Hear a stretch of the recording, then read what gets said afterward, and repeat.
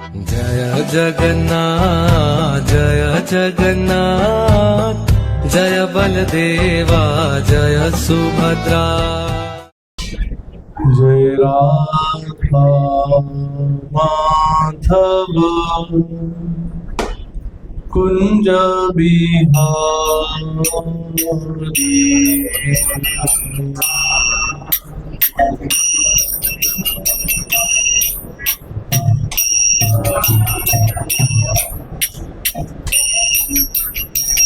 गोपी जनवल्लभ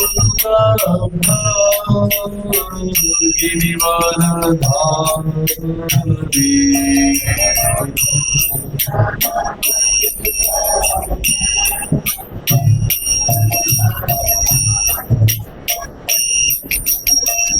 यशोदानंदन व्रज जनरंजना।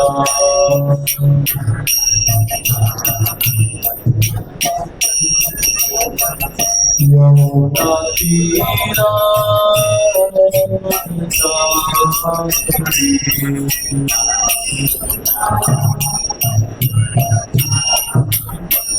यमुना तीरा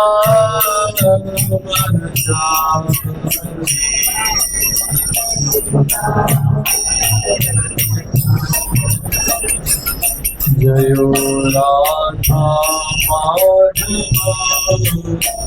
कुंज बिहारी।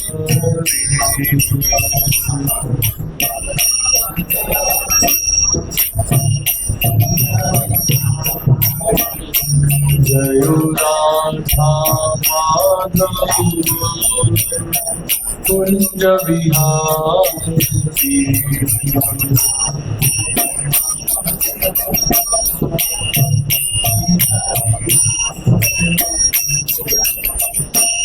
हरे Krishna Krishna Krishna Hare Hare Hare Ram Ram Ram Hare Hare.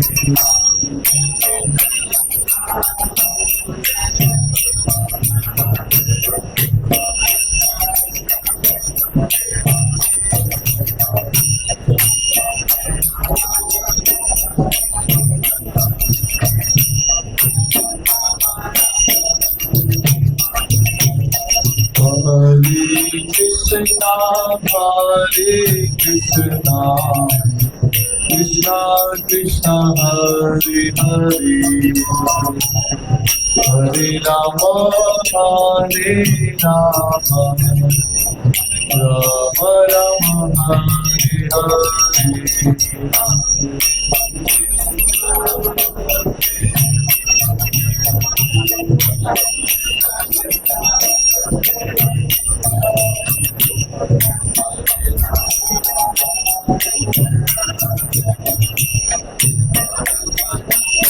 Hare। Hare Krishna Krishna Krishna Hare Hare Hare Rama Rama Rama Hare Hare।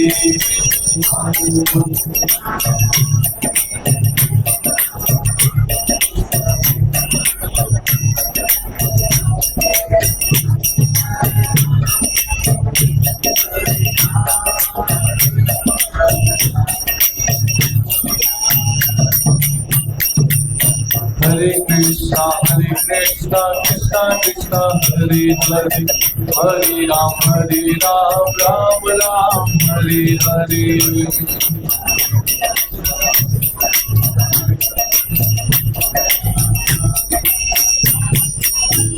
Jaya Radha Govinda Radha Govinda Radhe।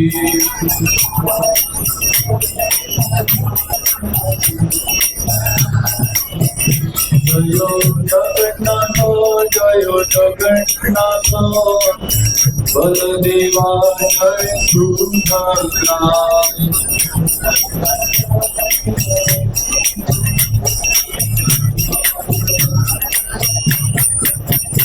जय गौरानिधाय गौरानिधाय गौरानिधाय जय गौरानिधाय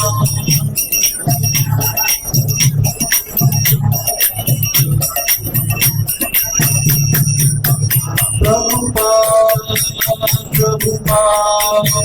जय जय प्रभुपाद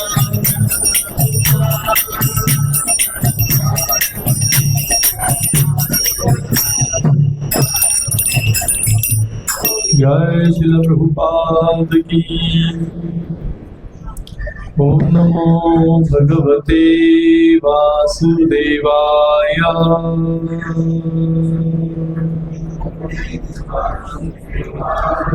ओम नमो भगवते वासुदेवाय।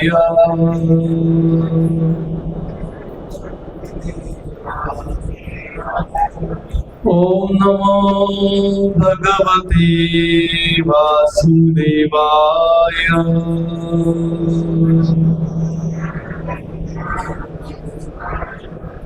नारायणं नमस्कृत्यं नरं चैव नरोत्तमं देवीं सरस्वतीं व्यासं ततो जायामुदीरये। नष्टप्रायेषु अभद्रेषु नित्यं भागवत सेवया भगवतीरुत्तम श्लोके भक्तिर्भवति नैष्टिके। कृष्णाय वासुदेवाय देवकी नंदनाय च नंदगोपकुमाराय गोविंदाय नमो नमः। गोविंदाय नमो नमः। गोविंदाय नमो नमः। ॐ अज्ञानतिमिरन्धस्य ज्ञानाञ्जनशलाकया चक्षुरुन्मिलितं येन तस्मै श्रीगुरवे नमः। हरे कृष्ण। आज आपण सर्वजण या ठिकाणी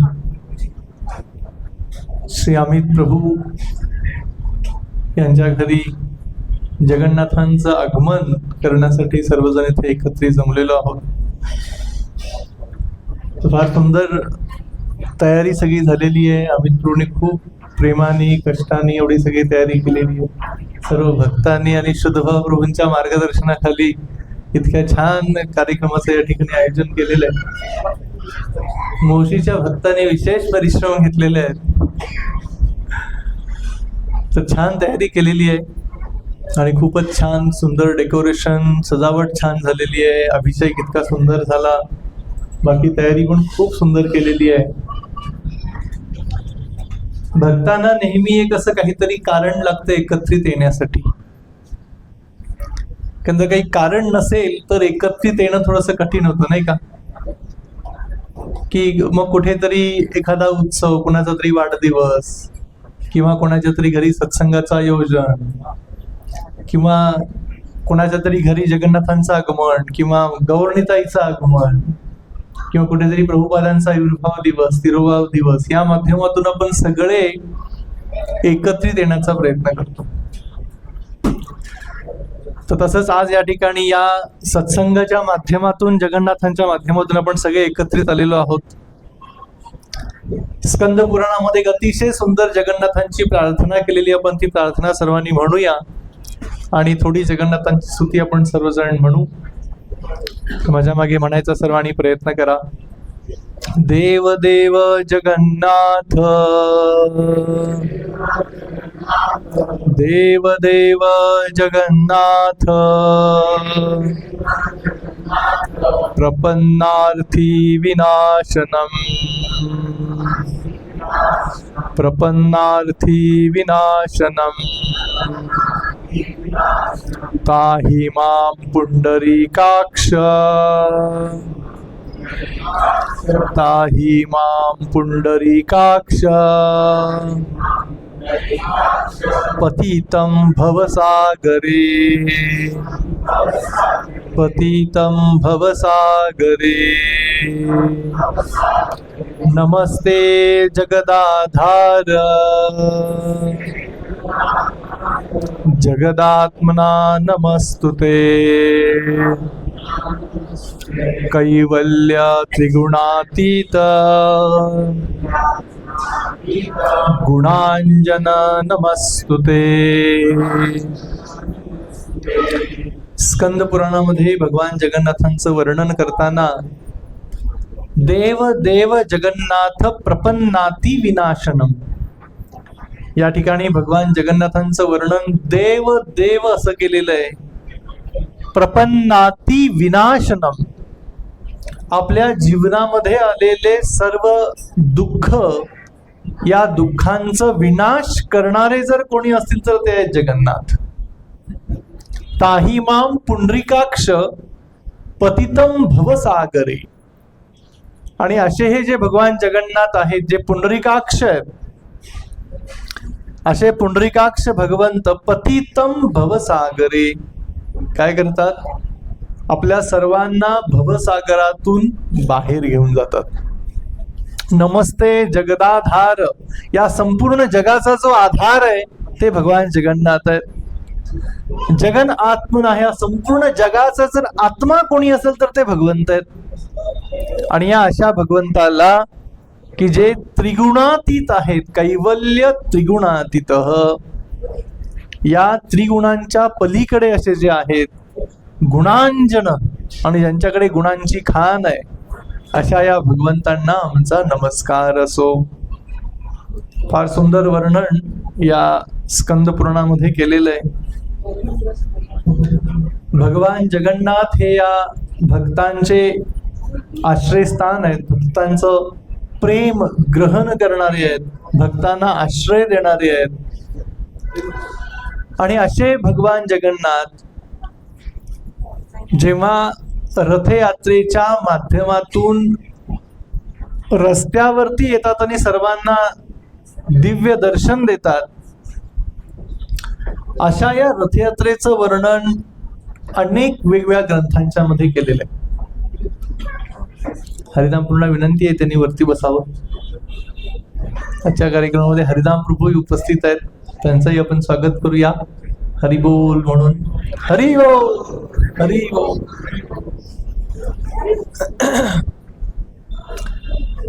तर भगवान जगन्नाथांची महिमा ही अनेक वेगवेगळ्या ग्रंथांच्या मध्ये केलेली आहे. भगवान जगन्नाथ भक्तांचे आश्रयस्थान आहेत. भगवान जगन्नाथ भक्तांचं प्रेम स्वीकार करणारे आहेत, आणि भगवान जगन्नाथ भक्तांच्या जीवनातील दुःखांना पूर्णविराम देणारे आहेत. भगवान श्रीकृष्ण ज्या पद्धतीने भगवद्गीतेत वर्णन करतायत, पत्रम पुष्पम फलम तोयम यो मे भक्त्या प्रणश्यति तदहम भक्ति उपरतम अश्नामी प्रयतात्मना. भगवान जगन्नाथ प्रत्येक भक्ताची प्रेमाने केलेली सेवा स्वीकार करतात. फक्त एवढंच आहे की त्यामध्ये प्रेम असणं गरजेचं आहे. आणि म्हणून स्कंद पुराणामध्ये सर्व ऋषी एकत्रित येऊन जैमिनी ऋषींना हा प्रश्न करतात. त्या प्रश्नामध्ये ते म्हणतायत की तुम्ही कृपा करून आम्हाला या एका प्रश्नाचं उत्तर द्या. काय प्रश्न होता? पुरुषोत्तमम आख्यायम सुमह क्षेत्रम परम पावन यतस्ते दारावतानुह श्रीशो मानुष्य लीलया. सगळे ऋषी एकत्रित येऊन ते म्हणतायत, कृपया तुम्ही आम्हाला या एका प्रश्नाचं उत्तर द्या की भगवान पुरुषोत्तम आख्यायाम, की साक्षात भगवान पुरुषोत्तम हे या पृथ्वी तलावरती येऊन वेगवेगळी रूप घेऊन का लीला करतायत. आणि आपण पाहतो जसं भगवान श्रीकृष्ण भगवद्गीतेमध्ये म्हणतायत, यदा यदा हि धर्मस्य ग्लानिर्भवति भारतः. भगवान श्रीकृष्णांनी या भगवद्गीतेच्या माध्यमातून हे स्पष्ट वर्णन केलं की मी अनेक युगामध्ये वेगवेगळी रूप का घेतो. धर्म संस्थापनार्थाय, धर्माची पुनर्स्थापना करण्यासाठी, आणि धर्माची पुनर्स्थापना करत सगळ्या भक्तांना एक अभय प्रदान करण्यासाठी, परित्राणाय साधूनां विनाशाय च दुष्कृतां, भक्तांचं रक्षण आणि दुष्कृत लोकांचा सर्वनाश. आणि या ठिकाणी जैमिनी ऋषी वर्णन करतायत की असं काय कारण आहे की भगवंत येऊन वेगवेगळ्या लीला करतात. तर ते म्हणाले, ज्या पद्धतीनं ज्ञानम परम गुह्यम ते यद विज्ञान समन्वितः सहस्यम तद अंगम चम गृहाणम गदिमम मयः. असे जे भगवंत वेगवेगळ्या लीला करण्यासाठी वेगवेगळी रूप घेऊन या पृथ्वी तलावरती अवतरित होतात, असे हे भगवंत भक्तांशी भक्तिमय प्रेमाने बांधले जातात. आणि त्याचं अतिशय सुंदर वर्णन जैमिनी ऋषी करताना म्हणतात, त्याने एक फार सुंदर उदाहरण दिलेलं आहे, जे उदाहरण आज आपल्या दैनंदिन जीवनातलं आहे. काय उदाहरण आहे बरं? जैमिनी ऋषी म्हणतात, आपण अनेक कार्यक्रमाला सगळेच जात असतो नाही का. कधी लग्नाचे कार्यक्रम असतात, मुंजीचे कार्यक्रम असतात, वाढदिवसाचे कार्यक्रम असतात, अशा रीतीने भगवंतांच्या आगमनाचे कार्यक्रम असतात. आणि या प्रत्येक कार्यक्रमामध्ये एक गोष्ट निश्चित असतेच, ती जर नसेल तर कार्यक्रम असा झाल्यासारखं वाटत नाही. कोणती गोष्ट असेल बरं ती? समजा लग्नाचं मोठं आयोजन केलेलं आहे आणि या लग्नामध्ये एक गोष्ट जर नसेल तर ते लग्न उठून दिसणार नाही. कोणताही कार्यक्रम असो, पण एक अशी गोष्ट आहे तर ती गोष्ट त्यामध्ये नसेल तर तो कार्यक्रम उठून दिसत नाही. कोणती गोष्ट आहे अशी? महाप्रसाद. आणि जैमिनी ऋषी हेच उदाहरण देत आहेत, भगवंत वेगवेगळ्या लीला करतात आणि असं का, कारण काय आहे बरं? ते म्हणाले, ज्या पद्धतीनं प्रत्येक कार्यक्रमामध्ये भोजनाची किंवा महाप्रसादाची सोय असते, पण या भोजनामध्ये एक पदार्थ विशेष असतो. कोणता ठेवलेला? स्वीट, गोड पदार्थ. जसा गोड पदार्थ प्रत्येक कार्यक्रमामध्ये विशेष असतो, कारण का, भलेही ताट भरलेलं आहे पण जर गोड नसेल तर त्या ताटाला असा भरीवपणा दिसत नाही. म्हणून त्या ताटामध्ये गोड असणं गरजेचंच आहे. आज प्रभूजींनी एक नाही काहीतरी 2-2 गोड पदार्थ असं माझ्या कानावरती आहे, कारण गोड पदार्थ ठेवल्याशिवाय त्या ताटाला असं भरी वजनदार वाटत नाही. जैमिनी ऋषी म्हणाले, जसा तो गोड पदार्थ ताटामध्ये आहे म्हणे, तसंच हे जरी भौतिक जगत जरी भगवंतांनी निर्माण केलेलं असेल, पण या भौतिक जगामध्ये जेव्हा भगवंत प्रकट होतात वेगवेगळ्या रूपामध्ये, जसं त्या ताटामध्ये गोड पदार्थ असल्यानंतर ते ताट आणखीन आकर्षित होतं आणि खाण्यासाठी आणखी आनंद येतो, तसं भगवंत वेगवेगळ्या रूपामध्ये येऊन या पृथ्वी तलावरती जेव्हा लीला करतात, तेव्हा त्या सर्व लीला भक्तांचं मन, भक्तांचं हृदय त्या लीलांच्याकडे आकर्षित करून घेतात. आणि यासाठी जैमिनी ऋषी म्हणाले, भगवान जगन्नाथ हे देखील असेच आहेत. या भगवान जगन्नाथांनी ऐश्वर्य भावामध्ये एक विशेष असा अवतार, एक रूप धारण केलेला आहे.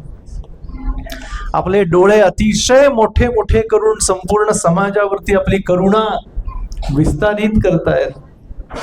आणि या करुणेच्या माध्यमातून हे पाहतायत की हे जे माझं विशेष रूप आहे, हे माझं विशेष रूप पाहण्यासाठी कोण कोण आलेले आहेत.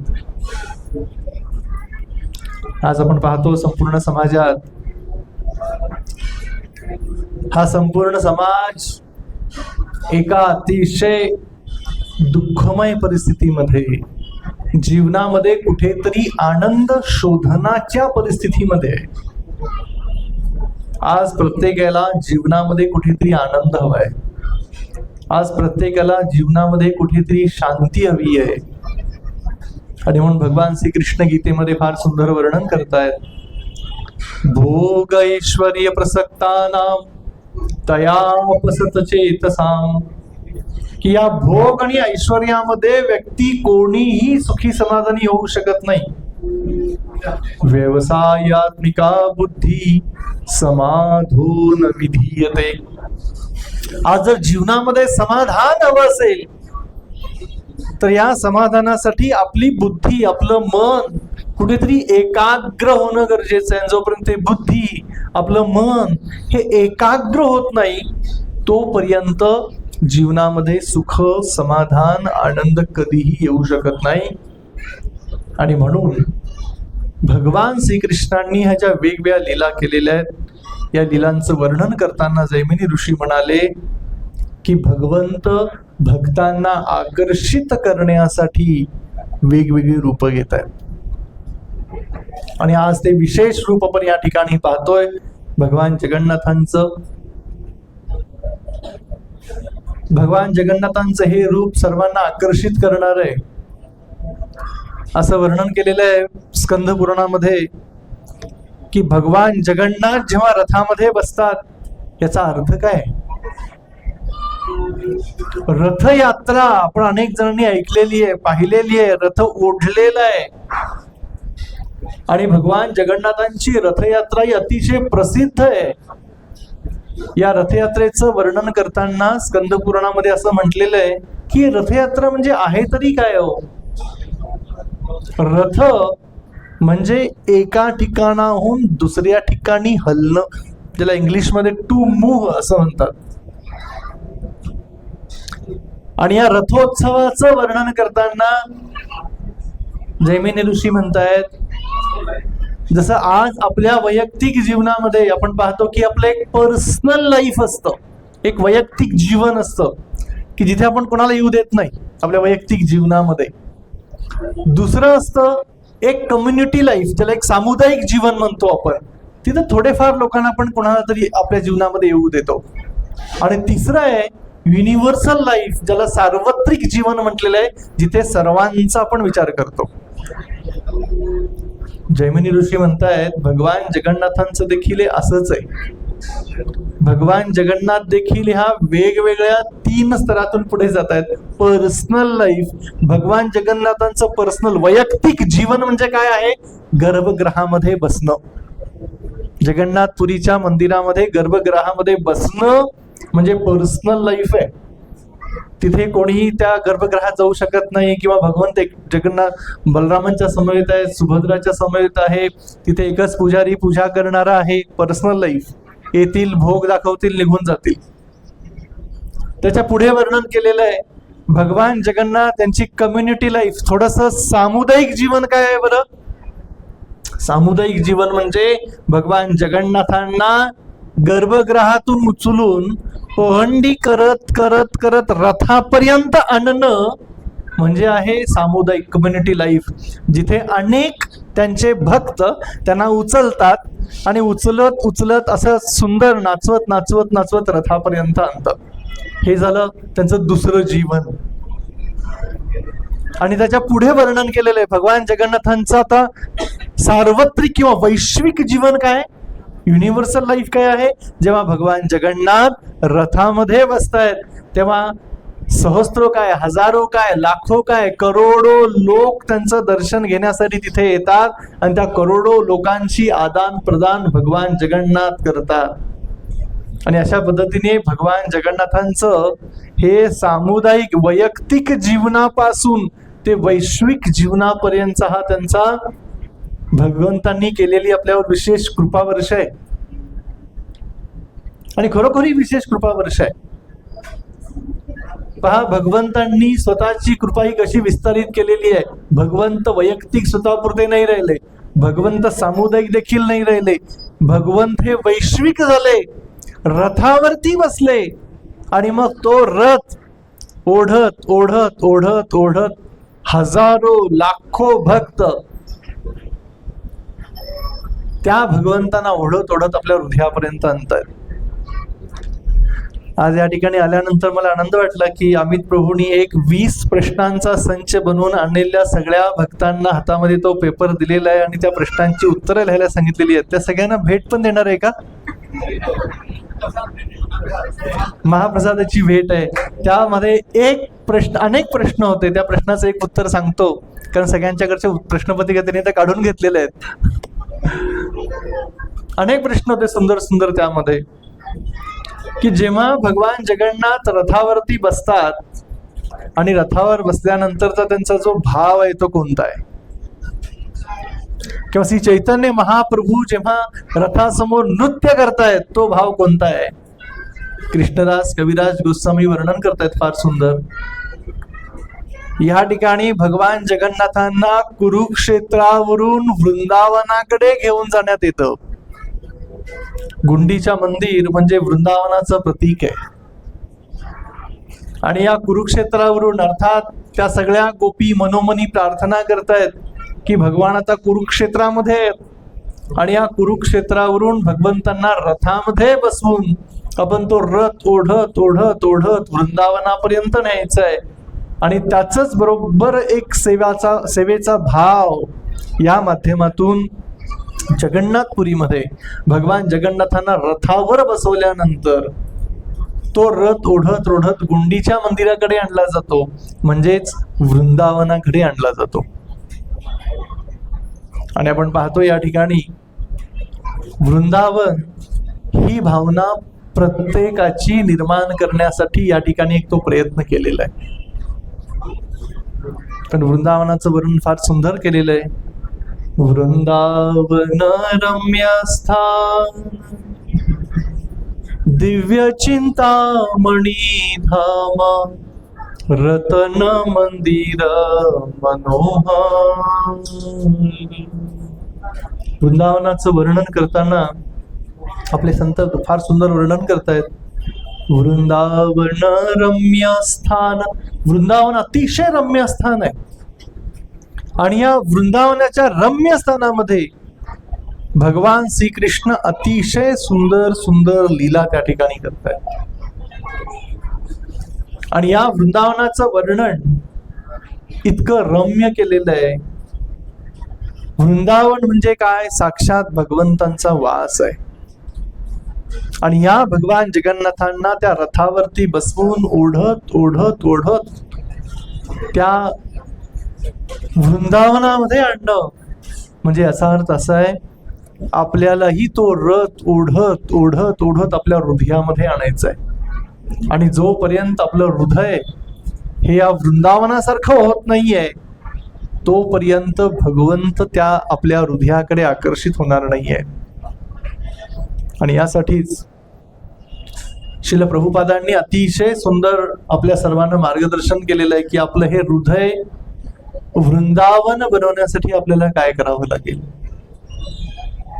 सद्यस्थितीला आपलं हृदय हे निश्चितपणे त्या कंसाच्या महालासारखं आहे. भलेही कंसाचा महाल मथुरेमध्ये होता, पण त्या मथुरेमध्ये असून देखील कंसाची जर आपण भावना बघितली तर ती वृंदावनाची नव्हती. कारण वृंदावन ही भावना अशी आहे, स्वतः भगवंतांनी त्याचं वर्णन करून सांगितलेलं की वृंदावन काय आहे. भगवंतांनी वृंदावनाचा ताबा कुणालाही दिलेला नाहीये.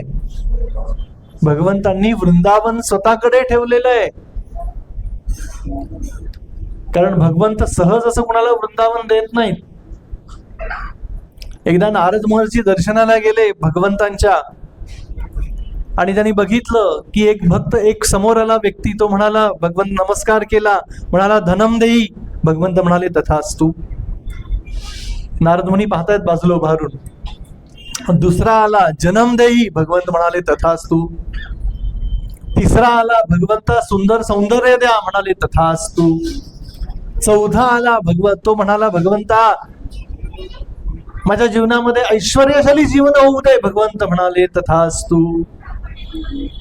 असं करता करता अनेक जण येत आहेत, सगळ्यांना भगवंत तथास्तु तथास्तु तथास्तु म्हणतायत. एकटा आला बिचारा, दोन्ही हात जोडून म्हणाला, भगवंता मला काही नको, तुझ्या चरणांच्या प्रती प्रेम भक्ती पाहिजे, बाकी काही नको.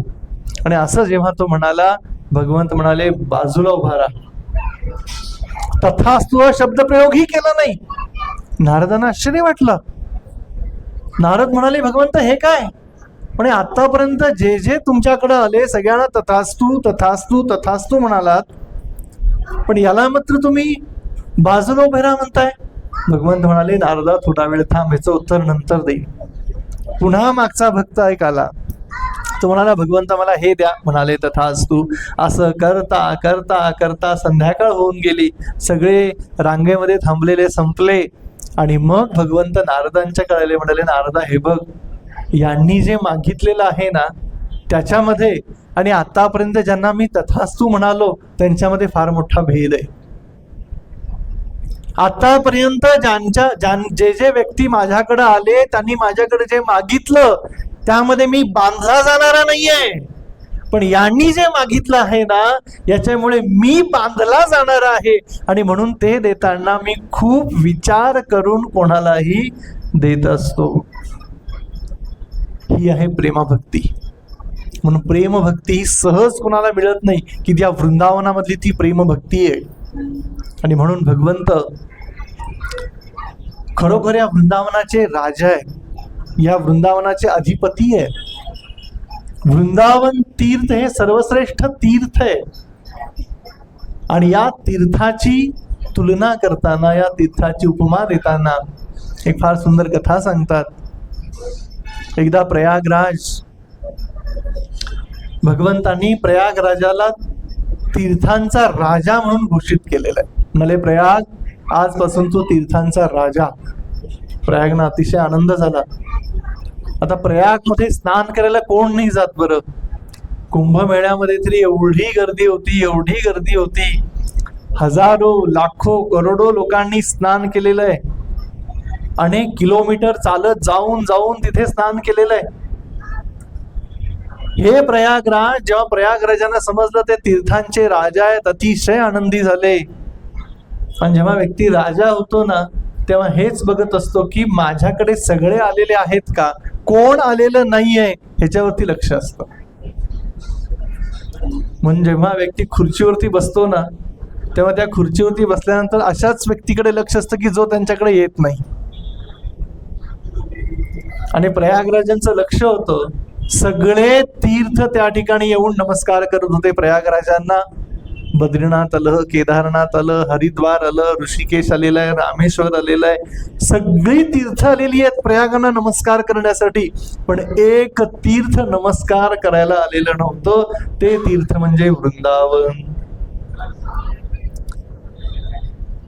प्रयागाच्या मनामध्ये विचार आला, अरे म्हणे एवढे सगळे, मी तर तीर्थांचा राजा आहे आणि या तीर्थांचा राजा असताना सगळे तीर्थ मला नमस्कार करायला आलेले आहेत, एक तीर्थ मला नमस्कार करायला नाही आलं, ते म्हणजे वृंदावन. आणि म्हणून प्रयागराजाने विचार केला, जाऊन भगवान श्रीकृष्णांना विचारू, जे वृंदावन त्यांचं क्षेत्र आहे, तीर्थक्षेत्र आहे. आणि म्हणून भगवान श्रीकृष्णांच्याकडे जाऊन प्रयागाने विचारलं, भगवंता म्हणे तुम्ही मला तीर्थांचा राजा केलेला आहे, म्हणे सगळी तीर्थ आलेली आहेत, पण एक तीर्थ आलेलं नाहीये मला नमस्कार करायला, ते म्हणजे वृंदावन. म्हणे असं का? आणि भगवान अतिशय सुंदर स्मित हास्य करत त्या प्रयागला म्हणाले, अरे प्रयागा, म्हणे तुला मी तीर्थांचा राजा केलेला आहे, माझ्या घराचा राजा केलेलं नाही. काय आहे? वृंदावन म्हणजे साक्षात भगवंतांचं घर आहे. आणि या घरामध्ये भगवंत नेहमी राहत असतात, ते घर कधीही सोडत नाहीये. आणि म्हणून भगवंतांचं वर्णन येतं की भगवंत वृंदावन सोडून एक पाऊलही बाहेर कधी जात नाही. तर तेव्हा जोपर्यंत आपलं हृदय या वृंदावनासारखं होत नाही, तोपर्यंत तो जो भगवंतांचा रथ आहे तो आपल्या हृदयापर्यंत पोहोचणारा नाहीये. आणि म्हणून भागवतामध्ये अतिशय सुंदर वर्णन येतं. तो जर रथ भगवंतांचा हृदयापर्यंत पोहोचवायचा असेल तर काय करावं लागेल?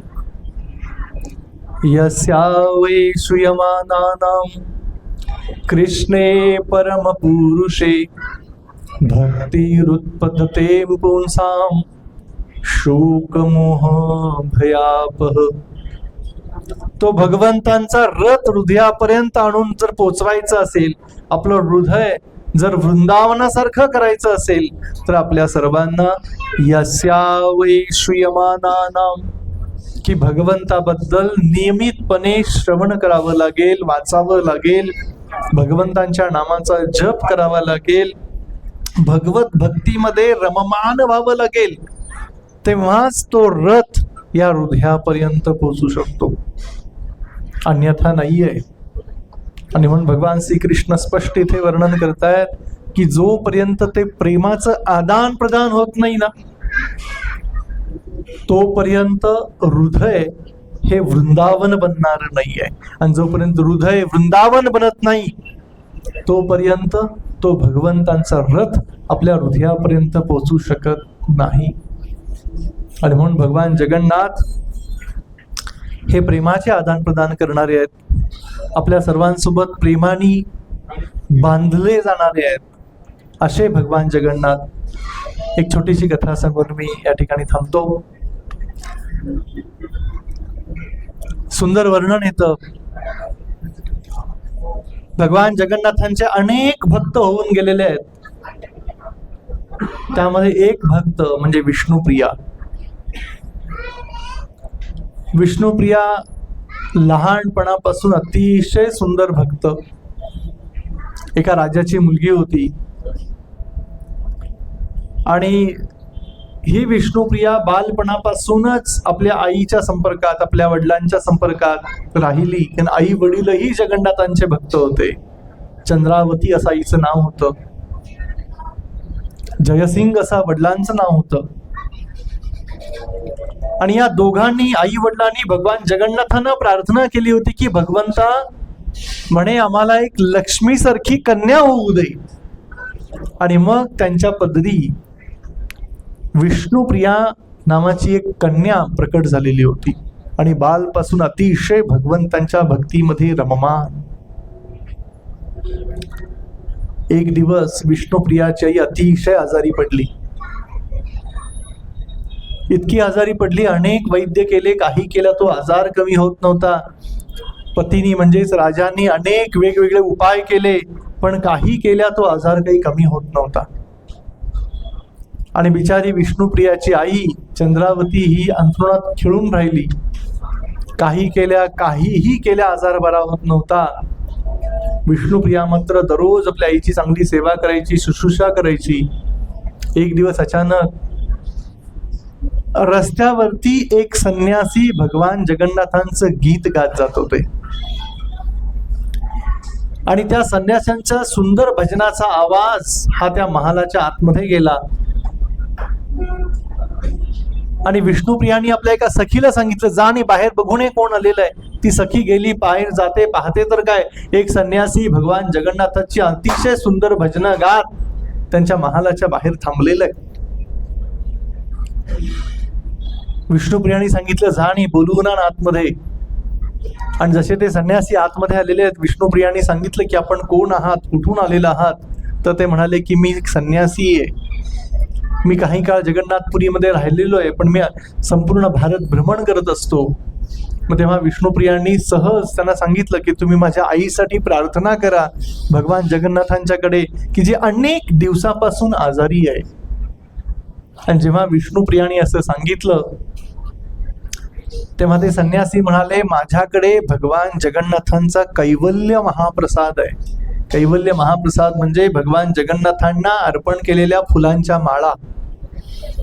म्हणे ह्या माळा घे तू तुझ्या आईच्या शरीराला स्पर्श कर, या फुलांच्या माळांचा सुगंध आईला दे, आणि मी खात्री देऊन सांगतो तुझी आई त्या आजारातून बरी होईल.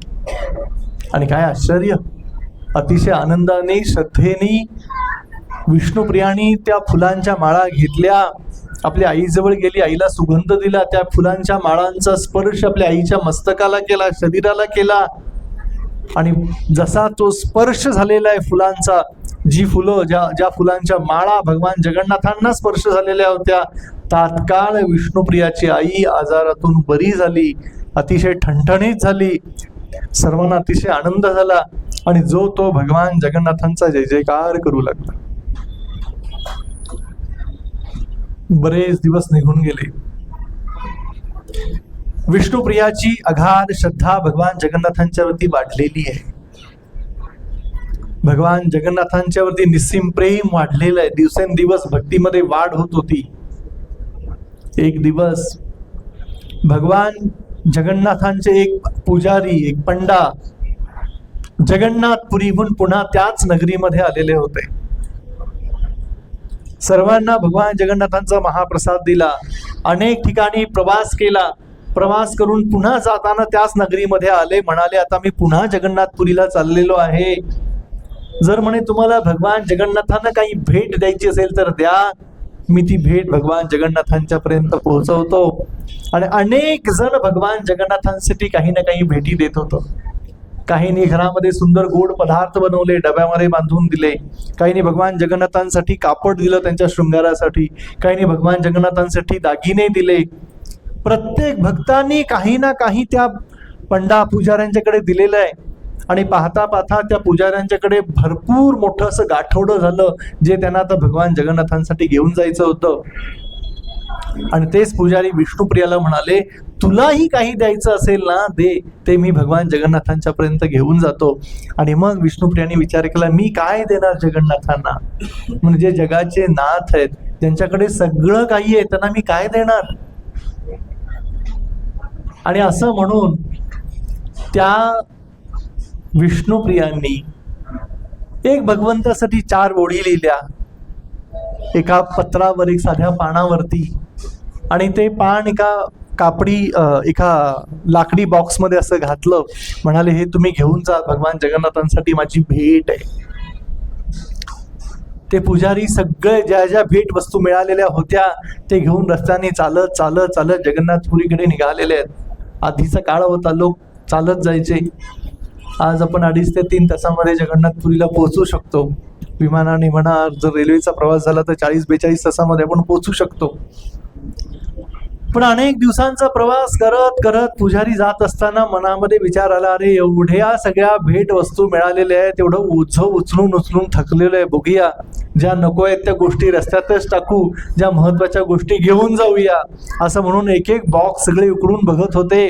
सोन्याचे दागिने असलेले बॉक्स सोबत ठेवले, मोत्यांचे हार असलेले सोबत ठेवले, रेशमी जरीची वस्त्र होती ती सोबत ठेवली. आणि हे सगळं तपासता तपासता विष्णुप्रियाने दिलेला तो बॉक्स दिसला. उघडून बघितलं, काहीच नव्हतं. एक साधं पान होतं, झाडाचं, पिंपळाचं पान, आणि काहीच नाहीये त्याच्यामध्ये. ही भेट वस्तू जगन्नाथांना कशी घेऊन जायची? म्हणून ते बॉक्सने तो तिथेच ठेवला. बाकी सगळ्या वस्तू घेऊन जगन्नाथांच्या पर्यंत पोहोचले. जगन्नाथांच्या चरणावरती अर्पण केल्या सगळ्या वस्तू आणि आपल्या आश्रमामध्ये झोपायला निघून गेले. आणि जसे ते पुजारी आश्रमामध्ये झोपायला गेले, त्याच रात्री भगवान जगन्नाथ स्वप्नामध्ये आले. म्हणाले, तू जेवढ्या वस्तू आणलेल्या आहेत त्यातली एकही मी स्वीकार करत नाही. कारण जोपर्यंत तू रस्त्यामध्ये सोडून आलेला एक जो लाकडी बॉक्स आहे, तो जोपर्यंत तू माझ्यासाठी घेऊन येत नाहीयेस, कारण ती सर्वात प्रेमाची भेट माझ्यासाठी होती, तो जोपर्यंत तू माझ्या चरणावर अर्पण करत नाहीयेस तोपर्यंत मी कोणत्याही वस्तू स्वीकार करणार नाही. त्या ब्राह्मणाला, पुजाराला आश्चर्य वाटलं. सकाळी गडबडीने उठले, स्नान केली, पुन्हा त्या रस्त्याला गेले. ज्या ठिकाणी तो बॉक्स, लाकडी बॉक्स टाकलेला होता, तो उचलला, हृदयाशी धरला आणि घेऊन येत होते भगवान जगन्नाथांच्याकडे. 2 वेगळ्या कथा या ठिकाणी वर्णन केलेल्या आहेत वेगवेगळ्या आचार्यांनी. काही जण म्हणतात की त्या भगवान जगन्नाथांनी पुजाऱ्याला तो बॉक्स आणायला सांगितला, आणि काही जण असं वर्णन करतात की भगवान जगन्नाथांनी सांगितलं की जो बॉक्स तुझे सोडून आलेला होतास तो मी जाऊन आणलेला आहे, कारण तो मला इतका प्रिय होता, तो मी माझ्या हृदयाशी ठेवलेला आहे. आणि म्हणे जा तो उघडून बघ, त्यामध्ये काय सुंदर माझ्यासाठी 4 ओळी लिहिलेल्या आहेत. आणि मग दुसऱ्या दिवशी जेव्हा ते पुजारी परत जगन्नाथपुरीमध्ये आलेले आहेत, त्यांनी बघितलं भगवान जगन्नाथांच्या हृदयाशी तो बॉक्स होता, लाकडी बॉक्स. तो उघडला, त्यामध्ये एक पिंपळाचं पान होतं आणि त्या पिंपळाच्या पानावरती 4 अतिशय सुंदर ओळी लिहिलेल्या होत्या. तर आपले आचार्य वर्णन करतायत काय 4 ओळी होत्या बरं. फार सुंदर श्लोकाचं वर्णन आहे त्या ठिकाणी. ते म्हणतायत, रत्नाकरम तव ग्रहम ग्रहणी च लक्ष्मीम किं देयम अस्ति भवते पुरुषोत्तमस्य आभीर गोपललना हृतमानुसस्य दत्तं मना तद अनुमे कृपया गृहाणा. ह्या 4 ओळी त्या ठिकाणी लिहिलेल्या होत्या. आणि त्याचं वर्णन करताना आपले आचार्य म्हणतायत, रत्नाकरम तव गृहम ग्रहणी च लक्ष्मीम. त्या जगन्नाथांच्या भक्तांनी काय लिहिलेलं होतं बरं. फार सुंदर ह्या 4 ओळी आहेत. तिने लिहिलेलं होतं की अरे भगवंता, तुम्ही तर रत्नाकर आहात, म्हणे तुमच्याकडे काय कमी आहे. तुमच्याकडे सगळे हिरे माणिक मोती सोनं चांदी सगळं काही आहे, मी तुम्हाला काय देऊ शकते. म्हणजे सगळ्या गोष्टी तुमच्याकडे आहेत. पुढे म्हणते, किं देयम अस्ति भवते पुरुषोत्तमस्य. अरे पुरुषोत्तम, मी तुम्हाला काय देऊ शकते. तुमच्याकडे सगळ्या गोष्टी आहेत, फक्त एक गोष्ट तुमच्याकडे नाहीये. म्हणजे कोणती गोष्ट. अभीर गोप ललना मानुसच्च. ती म्हणते भगवंता, म्हणे तुमच्याकडे एकच गोष्ट नाहीये. कोणती. म्हणे जेव्हा तुम्ही वृंदावनामध्ये प्रकट झालेला होता, वेगवेगळ्या लीला करत होता, तेव्हा गोपींनी तुमचं हृदय चोरलेलं आहे आणि म्हणून तुम्हाला हृदय नाहीये. आणि विष्णुप्रिया 4थं वाक्य लिहिते, दत्तम मनस तद अनुमे कृपया गृहाणाम. आणि म्हणून मी माझं हृदय तुम्हाला देत आहे, कृपया ते स्वीकार करा.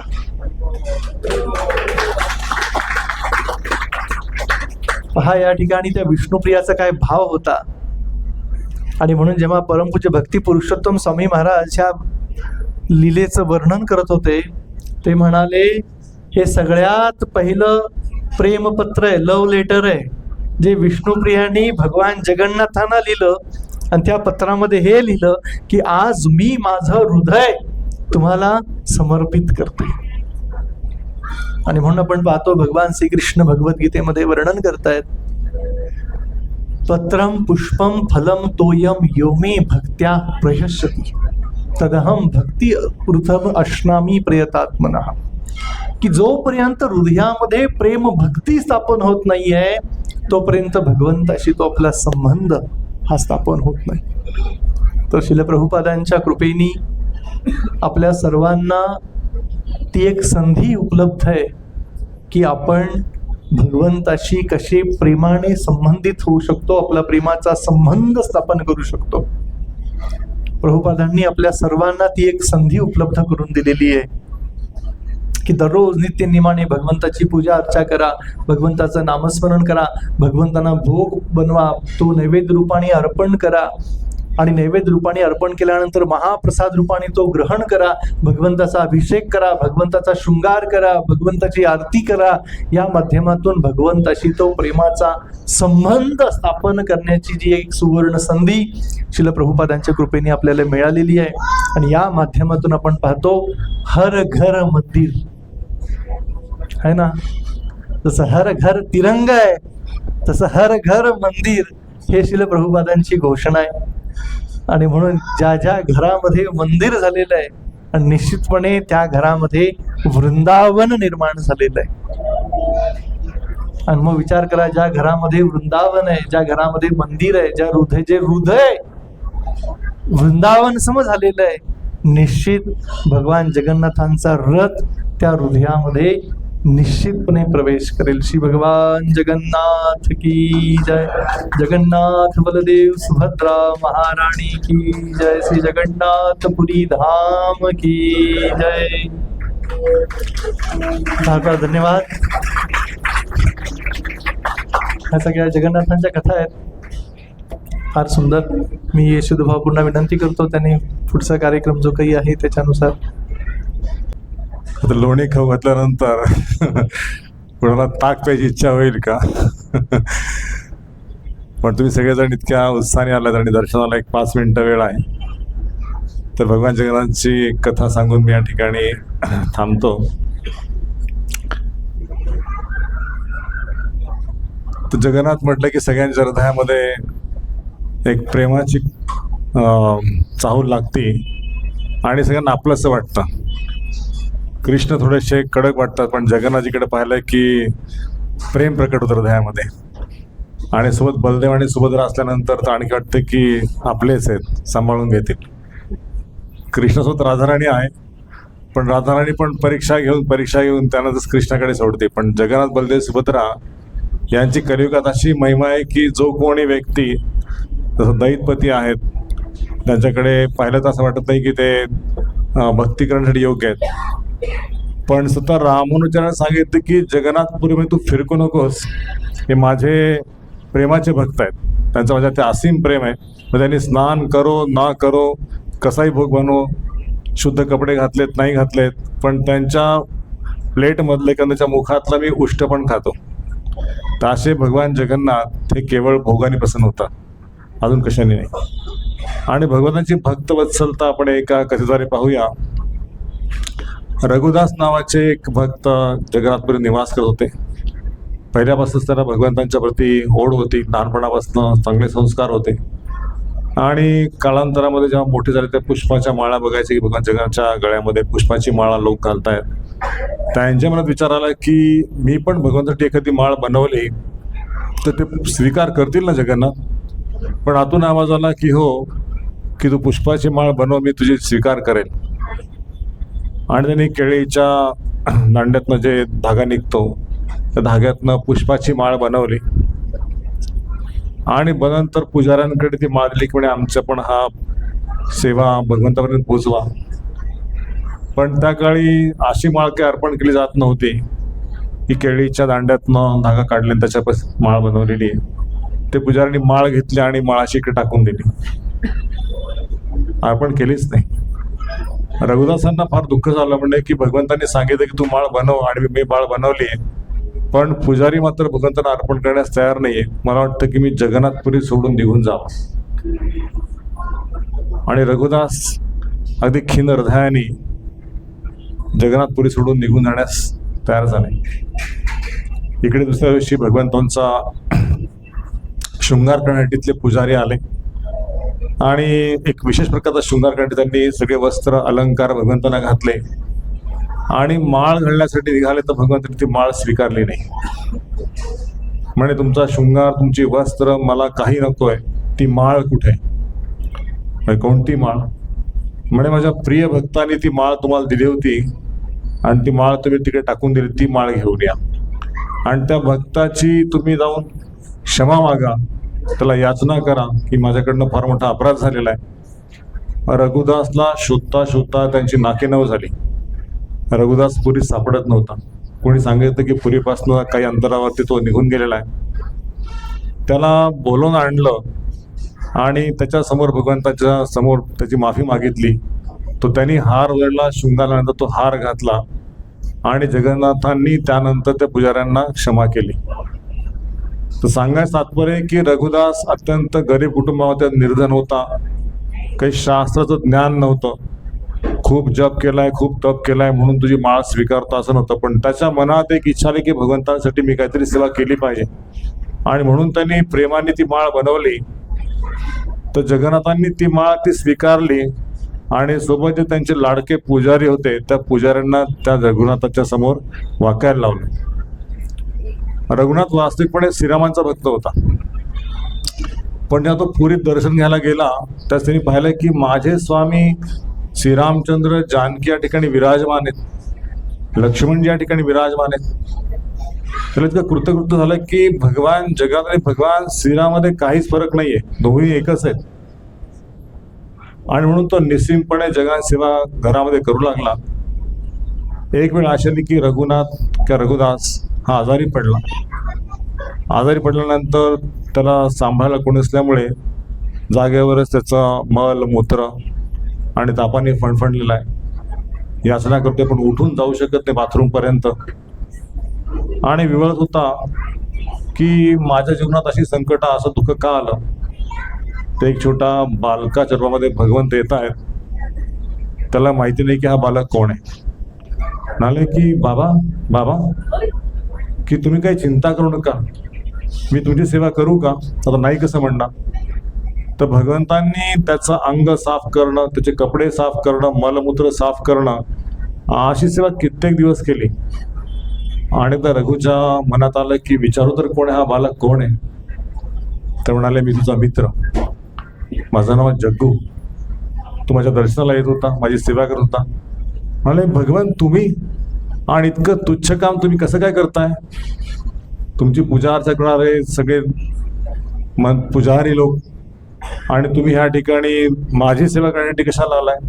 आणि इतका रडायला लागला की भगवान तुम्ही आत्ताच्या आत्ता निघून जा, माझ्या अंगाला स्पर्श करू नका.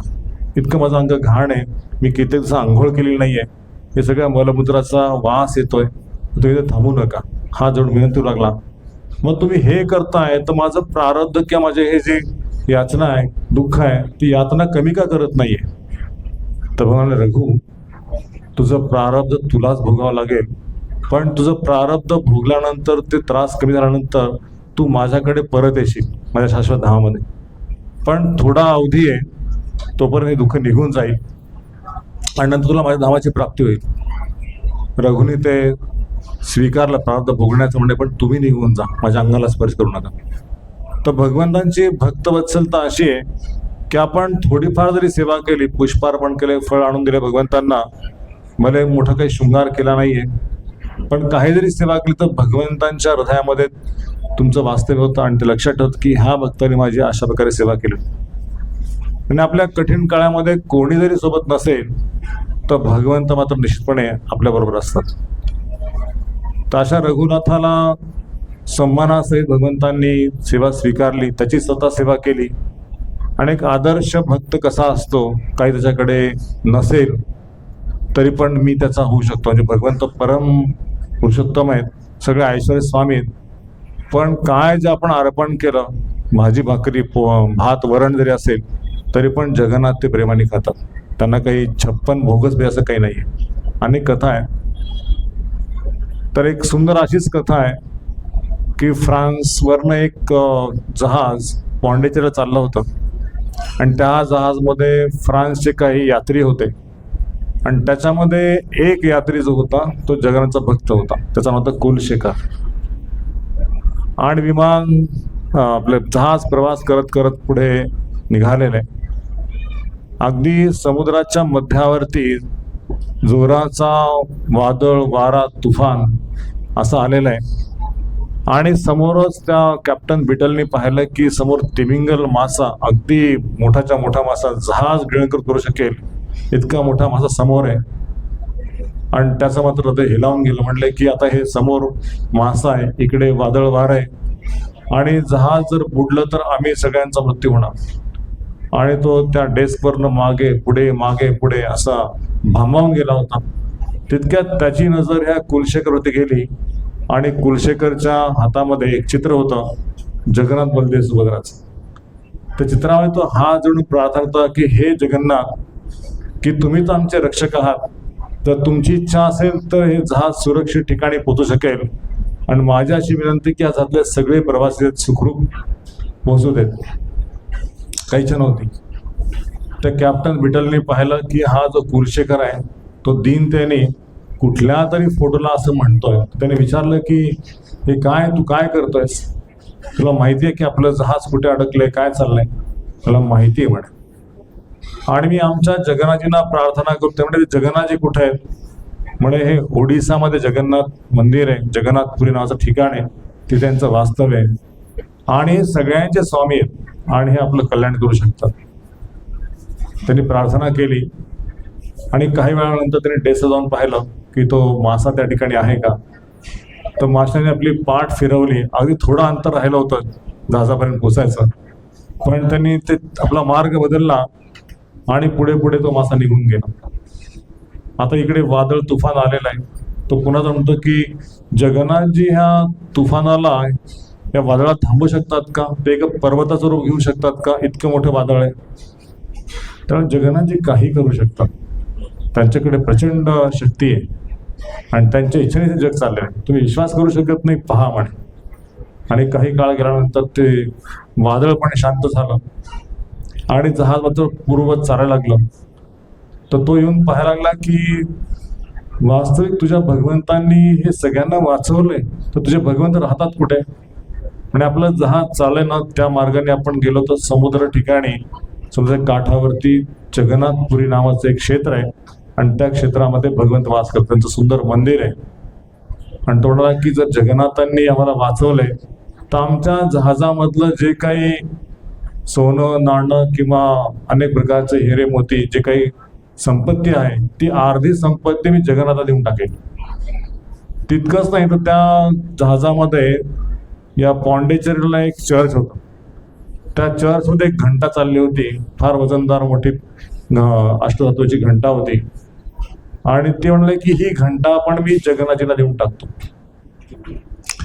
ते जहाज जेव्हा समुद्र तटावरती आलं आणि त्यांनी उंच शिखरावरती सुदर्शन चक्र पाहिलं, जगाचं मंदिर पाहिलं, तो स्वतः जहाज थांबवला, त्या कुलशेखर सोबत आतमध्ये गेला, जगात दर्शन केलं आणि जी काही अर्धी संपत्ती कबूल केली होती ती सगळी अर्धी संपत्ती जगात देऊन टाकली. आणि इतका त्याचा म्हणजे भाव उधून आला की पुढचा प्रवास करण्यासाठी टाळला. म्हणाय की मला इथंच भगवंतांना सरेंडर करायचं. होता ख्रिश्चन, पण पुढचा प्रवास रद्द केला आणि त्या ठिकाणी निवास करून त्यांनी जी घंटा आणली होती ती पुजाऱ्याने विनंती केली की ही घंटा जगन्नाथसाठी तुम्ही मंदिरामध्ये कुठेतरी त्याचा उपयोग करा. तर भगवानाची भक्तवत्सलता अशी की एक जरी भक्त आपल्यासोबत असेल तर श्रीवास ठाकूरांना चित्र म्हणतात की तुझ्या भक्तीवरती मी एवढा प्रसन्न आहे की तुझंच काय, पण तुझ्यावरती प्रेम करणारे जे भक्त आहेत किंवा भक्त नाही आहेत त्यांचा आपण उद्धार करेल. तर हा कुलशेखर ज्यांनी फक्त चित्र हातात ठेवलं होतं आणि अगदी असहाय्यपणे प्रार्थना होता की भगवान जगन्नाथ तुम्हीच एकमेव आमचे आश्रय आहात आणि तुम्ही जर वाचवलं तर तुमचं नाव आणखी मोठं होईल आणि हे सगळे लोक तुम्हाला शरण येतील. तर श्रील प्रभुपादांनी या जगाच्या पाठीवरती की सगळ्याच ठिकाणी जगन्नाथ रथयात्रा संपन्न करून भगवान जगन्नाथांच्या स्थापना किंवा त्यांचं नाव सगळ्या घराघरात स्थापित केलं, विग्रह स्थापित केलं. तर जयानंद नावाचे जे भक्त होते प्रभुपादांचे शिष्य, त्यांनी जेव्हा रथयात्रेचा कार्ड बनवला आणि रथयात्रेची सगळी तयारी करून जयानंदने आपले जे रोजची कमाई आहे ती कमाई पण श्रील प्रभुपादांना अर्पण केली. म्हणे पैसे कमी पडत आहेत तर माझा पगार पण तुम्ही घ्या, मला काहीच नको. आणि ड्रायव्हिंग करून तो कमाई करत होता. दिवसभर ड्रायव्हिंग करायचा, इंजिनियर होता, पण दिवसभर ड्रायव्हिंग करायचं सिटीमध्ये आणि आलेले पैसे प्रबंध द्यायचं, कारण आश्रम चालायला पैसे नव्हते. तर श्रील प्रभुपादांनी जेव्हा पाहिले की जयानंद त्याच्या शेवटच्या क्षणामध्ये आहे तर म्हणाले की जयानंद तुझं जीवन सार्थक झालेलं आहे, भगवान जगन्नाथ तुझ्यावरती प्रसन्न आहेत आणि तू परत त्यांच्या धामाला जाशील, तुला माझा आशीर्वाद आहे. तर जयानंदने भगवंताचं धाम गाठलं. पण त्यानंतर श्रील प्रभुपाद म्हणाले की रथयात्रा भारताच्या किंवा अमेरिकेच्या कुठल्याही शहरामध्ये कुठल्याही देशात संपन्न होईल, पण त्या ठिकाणी जयानंदचा फोटो असला पाहिजे. जयानंद हा भगवंताला अतिशय प्रिय भक्त आहे. त्यांनी त्याचं पूर्ण जीवन कुठलीही काही न ठेवता पूर्ण भगवंताला अर्पण केलेलं आहे. तर असे महान भक्त श्रील प्रभुपादांनी या संस्थेच्या माध्यमातून आपल्याला दिले आणि त्या कारणास्तव आपण जगन्नाथजी कोण आहेत, बलदेवजी कोण आहे, सुभद्रामय्या कोण आहे आणि ती सेवा कशी करावी हे आपल्याला समजलं. तर असा जो भक्तांचा संघ आहे, भगवंताची सेवा आहे, हे औचित्य फार कमी लोकांना लाभतं आणि त्याचा लाभ घेणाऱ्या लोकांनाच ते भगवंत प्रकट होतात, त्यांचे होतात. तसं प्रभूजींनी सुंदर प्रवचन सांगितलेलं आहे की भगवान जगन्नाथांना जेव्हा भक्त त्यांचे निराचरण गुंडीच्याला घेऊन जातात, स्वतः चैतन्य महाप्रभू त्याचे एक उदाहरण आहे. आणि भगवान जगन्नाथ डुलत डुलत अगदी मोठे डोळे करत पाहतात की माझे भक्त आलेत मला घेऊन जायला वृंदावनात. आणि त्या भावामध्ये जेव्हा चैतन्यप्रभू नृत्य करत कीर्तन करत भगवंतासमोर नाचतात गातात, असं म्हटलंय की जो कोणी भगवान जगन्नाथचं केवळ दर्शन करतो रथाच्या दिवशी किंवा त्यांच्या दोरीला स्पर्श करतो, रथ उडायला मिळाला नाही पण किंवा दोरीला स्पर्श झाला तेही झालं नाही, तर जगन्नाथपुढे जाण्याची इच्छा करतो, जगन्नाथमध्ये पोहोचला पण नाही तरी पण जगन्नाथजी म्हणतात की त्याला या भौतिक संसारातून मी बाहेर काढतो, माझ्या धामाची प्राप्ती करतो. असं कोणी दयाळू, असं कृपाळू कोणी भगवंत आहे का? मला तर वाटत नाही. जगन्नाथपुरीमध्ये आला आणि रथ ओढला, प्रसाद खाल्ला, तर भगवंत म्हणतात की याचा प्रसाद खाऊन उधार, जप केला का पाहत नाही. तसं जगन्नाथांचं या ठिकाणी वेलकम झालेलं आहे. आणि अशी सेवा आयुष्यभर घडावी कुलकर्णी फॅमिलीच्या प्रत्येक सदस्यांकडनं अशी आम्ही प्रार्थना करतो की असं औचित्य आपल्या सगळ्यांना दर्शनाचा आणि ह्या अभिषेकाचा औचित्य त्यांच्या कृपेमुळे घडलं, सेवा घडली सगळ्यांना. तर आपण सगळेजण कृतकृत्य आहोत की कोणाच्या घरी जगन्नाथजी आले असतील त्याचं आपल्याला थोडंसं सेवा करण्याची संधी लाभली तर भगवंतांची कृपा तुमच्यावर पण अधिक आहे. जे जे या कार्यक्रमात सहभागी झाले, अभिषेक संपन्न केला, हार सेवा केली, भोग सेवा केली, डेकोरेशन सेवा केली, तर त्या प्रत्येकाला जगन्नाथजींनी आपल्या हृदयात धारण केलेलं आहे. फक्त काळाचा अवकाश आहे की आपण त्या प्रेमाची पावती कधी प्राप्त करणार आहेत ते. पण मोठं भाग्य आपल्या सगळ्यांचं की आपल्या संस्थापक असलेल्या प्रभुपादांनी आपल्याला हा जो सोहळा दिला, यात सामील होण्याचं भाग्य दिलं. ते प्रेम काय समजायची बुद्धी भगवंतांनी गुरूंनी दिली. तशा शिला प्रभुपादांना आज आपण शतशः धन्यवाद देऊया की जगाच्या पाठीवरती त्यांनी जगन्नाथजी प्रत्येक घराघरामध्ये आणण्याची एक मोठी असीम कृपा केली आपल्या सगळ्यांमध्ये. तर अशीच इच्छा केली पाहिजे की आम्हाला जन्मानी की प्रत्येक जन्मामध्ये आम्हाला भगवंतांची सेवा प्राप्त होईल, त्यांच्याशिवाय आमचं जीवनच नाही. जसं मासा पाण्याविना राहत नाही तसं भगवंतांशिवाय राहू नये. त्यांचं नाम, त्यांची कथा, त्यांची सेवा, त्यांच्या भक्तांची सेवा ही आमच्याकडनं वारंवार घडो आणि तुमची जी इच्छा आहे ती इच्छा पूर्ण व्हावी अशी प्रार्थना करून आपण या ठिकाणी थांबूया. सुंदरसं दर्शन आपलं वाट पाहत आहे. 108 भोग बनवले. किती भोग बनवले? जे काही असतील ते 108 झाले असतील. 108 पेक्षा जास्त भोग आहेत. तर पुष्कळशा माताजी गेल्या आठवड्याभरापासून या तयार होत्या आणि आम्ही दोनचा भाव मी जेव्हा पाहिला म्हणले प्रभू जगन्नाथजी येत आहेत, तर जगन्नाथसाठी काय नाही केलं पाहिजे. आपल्या मुलाच्या लग्नामध्ये, मुलीच्या लग्नामध्ये आपण फार थाटामाटात कार्यक्रम करतो, तर त्यांच्यासाठी आम्ही हे सगळं डेकोरेशन, भोगा, एक नवीन फ्रीज आणला, मोठाच्या मोठा फ्रीज, डबल डोअरचा. म्हणजे जगन्नाथचे भोग ठेवायला हा फ्रीज घरात पाहिजे. आम्ही वापरलेला नाही, भगवंतासाठी वेगळा. तर हा मी भाव जेव्हा पाहिला म्हटलं बापरे, जे मुलाच्या लग्नामध्ये कोणी एखादा फ्रीज दिला तर ते घ्यायला काही नाही वाटत नाही, पण स्वतःहून घेतला कोणी असा होत नाही. तर हे जे स्वतःहून भगवंतांसाठी खर्च करण्याची भावना आहे ते निश्चितपणे भगवंतांना खूप आवडली असेल निश्चितपणे. तर अशी भावना खूप काही भक्तांमध्ये की जगन्नाथजींचंच आहे सगळं, जे काही आम्हाला दिलंय त्यांचेच आहे आणि आमचं काही भाग्य नाहीये, पण केवळ तुमच्या सगळ्यांच्या कृपेमुळे जगन्नाथजी आमच्याकडे आले.